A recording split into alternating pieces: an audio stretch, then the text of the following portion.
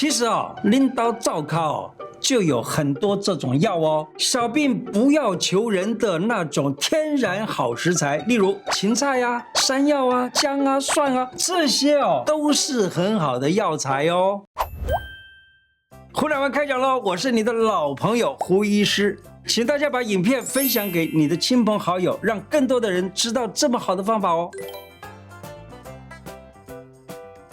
大蒜呢，小孩子的咳嗽不需要吃药，有很多的保姆会叫这个妈妈说，哎，你这个孩子咳嗽了，赶快带回去，不然他传染我们其他的孩子。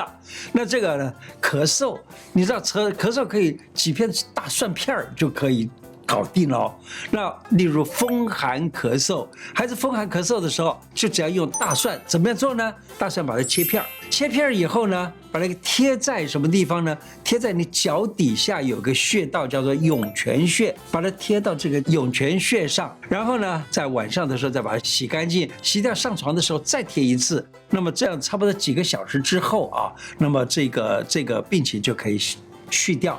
并且呢，还有就是这个蒜片贴小孩子的脚上要注意，差不多2个小时、3个小时也就应该要拿掉了，否则的话，它皮肤太娇嫩搞不好会就长一个泡。不过呢，用这个讲这个泡呢，其实在脚上面在涌泉穴上面贴一个这个，不但可以治刚才讲的小孩子的咳嗽，甚至于你知道吗？嘴巴破也可以用这一个方法。嘴巴泡除了在脚上面贴以外，还有就是在手上面有一个穴叫做太渊穴，贴一个蒜片，也起了一点点小泡，那个嘴巴破都可以很快治好。再来呢，就是吃坏肚子肚子痛泻肚子烧4、5瓣大蒜来吃，大人小孩都可以。你知道吗？这个小孩子虽然不是很喜欢吃蒜可是假如你把这个大蒜呢烧个4、5瓣，把它给烧熟了以后吃，一天吃个2、3次，这个肚子痛腹泻就可以好了。我还记得在读大学的时候，我们这个系我读的这个叫生物系生物学系里头呢会出一个生物学报，生物学报里头，我记得那个时候看到一篇文章，就谈到芹菜可以降血压，就是我的记忆里头还记得当时这个研究呢，他是说这个芹菜呢是我们华人吃的这芹菜，不是那个西洋芹菜，西洋芹菜有没有这个作用我不知道。他这个芹菜呢，把那个切成也叫芹菜粒切好了以后呢，把那个用热开水冲烫一下，那么喝了就可以改善血压，可以降血压。多吃芹菜有什么帮助呢？因为芹菜里头依照现在的研究，他说里头含有钙含有一些铁所以呢，对于这个缺钙的人或者是缺铁而贫血的人都有帮助。还有呢，就是有的人讲说把芹菜去根，去掉这个芹菜根，然后洗干净了搅汁，加一点点蜂蜜，每天吃个3次，每次吃个40 CC， 对治疗高血压以及降低胆固醇说是有非常好的效果。另外还有古时候有一个处方，像《本草纲目》里头记载的，他说有一个叫芹菜粥，就是把芹菜跟大米一起煮，叫芹菜粥。芹菜粥有什么作用呢？可以去伏热。什么叫伏热伏热就是夏天之后身体呢还浮留在里头的那个热，那这个热呢到了将近秋天的时候就容易反出来而得感冒之类的这种病情的这种伏热。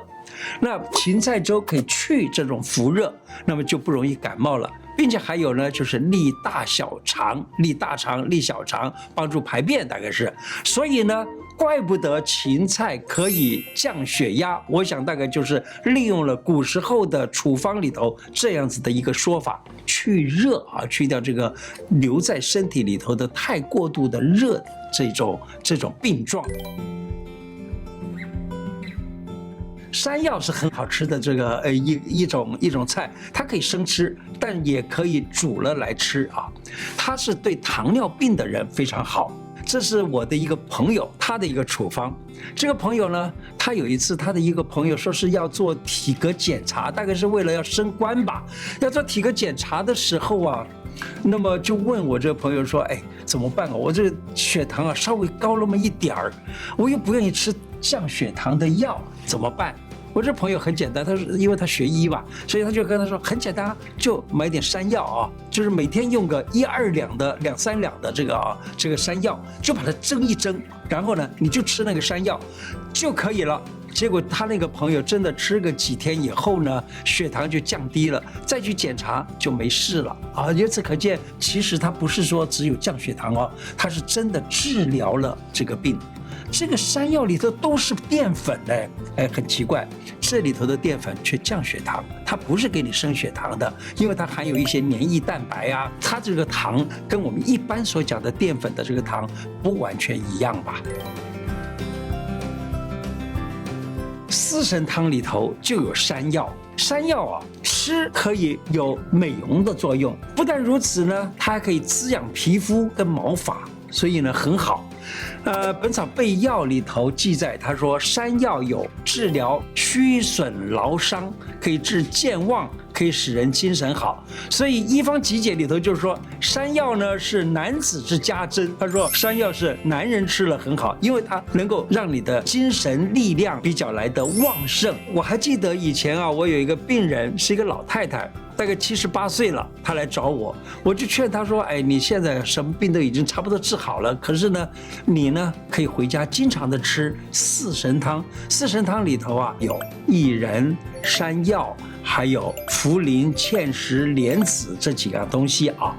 结果这个老太太呢吃了2年，把它当作饭吃。那么吃了2年之后呢，回来跟我报告说，一血糖降低了，已经完全正常；第二，他的血压正常了，还有呢就是他的尿酸也很少了。这个生姜呢还可以拿来治疗腹泻。例如有一个处方在医方集解里头就有记载的，他说生姜3钱，茶，这个茶呢最好是陈茶。陈茶什么意思啊？就是很久很久的茶啊，放在那放久了的，而且呢已经都变成茶碎了，所以叫陈细茶。这种茶呢大约也是3钱，浓煎，把它煎成很浓，然后呢来喝，就可以治疗赤白痢。所谓赤白痢呢就是痢疾。那赤白痢这2种痢疾啊，一个是胆汁的问题啊，胆汁到了这个肠子里头啊，变成红色的，叫做粪胆红素。那粪胆红素呢，可以使大便变得颜色，要不就是变得比较黄一点。可是呢，假如说粪胆红素太多了的时候，就变成了红色，就叫做赤痢。另外还有一种叫白痢，白痢就是没有胆汁分泌，那结果拉出来的大便呢就是白色的，这个就叫做白痢。那么这个刚才讲的这个姜茶饮呢，也就是姜跟茶一起煮的这个汤，就可以治这2种痢疾，以及呢所谓的寒热疟。寒热疟就是说一下子发热一下发冷的这种疟疾。疟疾在过去呢，我们小的时候我常常听到爸爸妈妈讲，叫打摆子，就是这个东西啊，就是一下热一下寒一下。现在呢已经很少有这样子的病情了。另外呢，茶跟这个梅子啊，梅子呢是白梅，也就是我们常常叫话梅的那种白梅啊。茶跟梅子一起呢用蜜水煎，就叫做梅蜜煎，可以治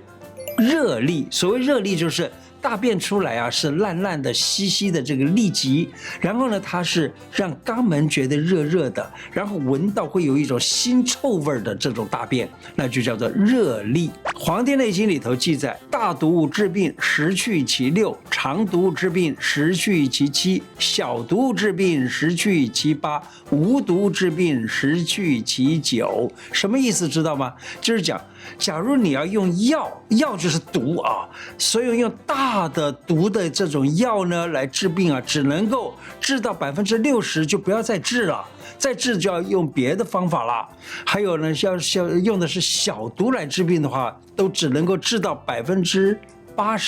可是无毒治病，也就是用最小的根本没有毒的那种药物来治病的话，只能够治到90%，其他可能都得要靠养生才行了。最后回应观众一些常常问我的一个问题啊，他说：“哎，胡医师啊，有哪你说的这些个处方，你说的那个处方，为什么都不跟我讲实际的数量？就是说，要哪一个药要放多少啊？嘿，请你注意一下，我呀